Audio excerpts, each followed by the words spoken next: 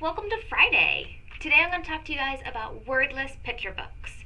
If you are under the age of 12 or 13 and have signed up for summer reading, you may have started looking at some of your different activity badges and the different challenges and notice that one of them is to read a wordless picture book and be wondering, why would I do that? A lot of people think wordless picture books are just for people who can't read, and that is totally a myth. That's totally wrong. Yeah. So I'm going to talk a little bit about wordless picture books that I really enjoy, show you the list that we have. There will be a link for a printable list in the description for this video. And I'm going to share some great examples with you and how you kind of read a wordless book if you've never done one. A couple of the positives of wordless books, other than just they're different, they make you think in different ways, they're beautiful, they tell amazing stories. I mean, if that wasn't enough. A blog that I read summarized it really well. It said, wordless books push readers to summarize, make inferences, interpret and evaluate visual information, ask questions, and make connections without support from the written word. So in some cases, a wordless book can actually be more difficult than a regular book, where the words tell you everything that's going on and they tell you everything you need to know. In a wordless book, you've got to pick up the clues yourself, and this can lead to amazing development of literary skills, including narrative skills, critical thinking, observation. It can build your confidence in reading and interpreting visual cues and your independence. It's a wonderful tool for building independent readers. And it develops empathy. You have to look at the characters and identify them and then think about, what are they feeling? Why are they doing this? What might they be saying? What are they going to do next? And think through different processes. For younger readers, it can also help develop sequencing skills, a beginning, a middle, and an end, which can start with what happened before, what is happening now, and what might happen next. Or why is this happening? Think back to what happened before. A couple other big things, develops vocabulary and oral language because you're describing.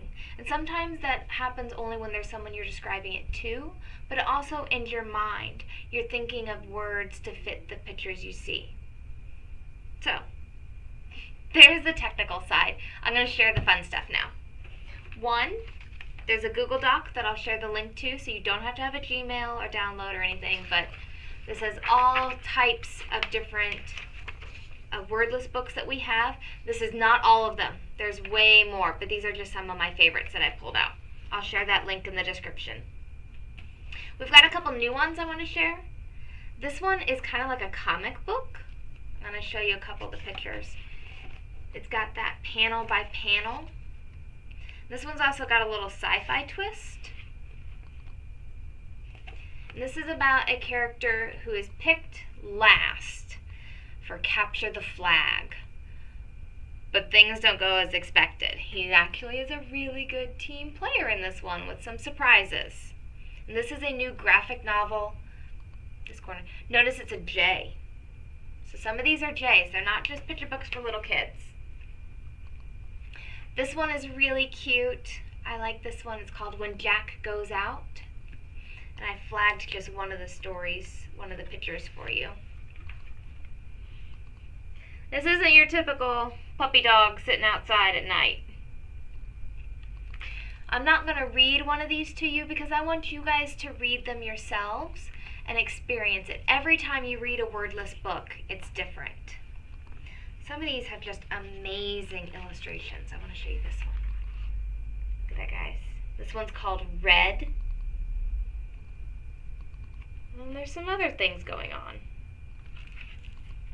That's Red by Jed Alexander. This one also counts as a folk or fairy tale. You may notice that that's something that we ask to read as well. And it fits within our theme, Imagine Your Story. If you come to Reading to Rover, you may notice this one. This one's really fun. It's about a dog and her ball. I really like this Flora series. There's two of these I'm going to show you. their flora and different interactions she has with new friends. But wordless books, see the expression here? I'll let my camera zoom. They're more than just reading. You gotta look at that, and here's where your vocabulary comes in. What is she feeling? Why? What would you do? This one also has an amazing fold out. See that?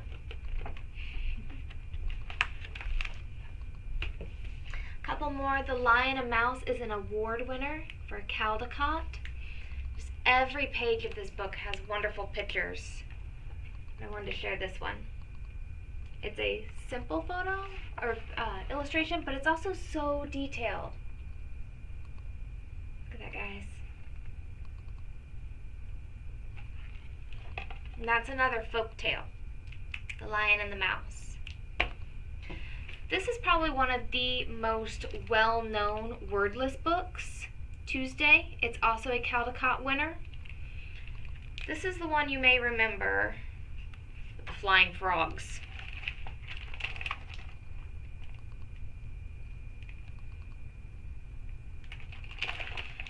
And it's all about what happens one Tuesday evening around 8. Just as the night progresses, different things happen. These also make wonderful writing prompts. Can you imagine handing this illustration to somebody and saying, "Tell me what happened"? And the poem, the news article, or the story that would come from this. This is another new one. It's also a J. It's also a little bit of that graphic novel style about a young gal, and her grown-up brings home an elephant, and adventures ensue. I like all the different activities that are going on in this image. And that's just one page. This is also one of my favorite series. It starts with Journey by Aaron Becker.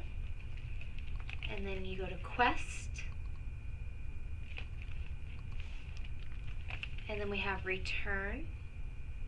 The premise is you've got a young character, she's down here, and she finds a red crayon and draws a doorway to another world. And then her red crayon draws things that come into reality. So let me find an example here. She draws a door into another world. Our next one, we've got two characters, and now there's a red and a purple crayon. And then Quest continues the story. One more series for you. Got Pool and Lines. I think these would be excellent to read when it gets really hot. Lines is kind of a wintry ice skating type tale. Pool is about swimming and different adventures you can have at the swimming pool and what adventures this character has. I know this year we're not going to be able to go swimming in the swimming pool, but hopefully this can help ease that a little bit. Maybe when it gets really, really hot and we're all yearning for the sprinkler, this can give us some ideas. So there's some examples of wordless picture books. They are all listed on the Google Doc. If you have any questions, let us know. You can comment on this video, you can shoot me an email, you can call me, you can come in to visit. Any way that works for you. We're here. And happy summer reading, guys. Enjoy your virtual challenge. If you haven't yet, sign up with Beanstack. It's available on Android devices and Apple devices. Or you can go to the link and sign up on the website, and that is ldrl.org/Beanstack. So it's our website, littledixieregionallibraries.org/beanstack. Have a great summer, guys. Enjoy the weekend.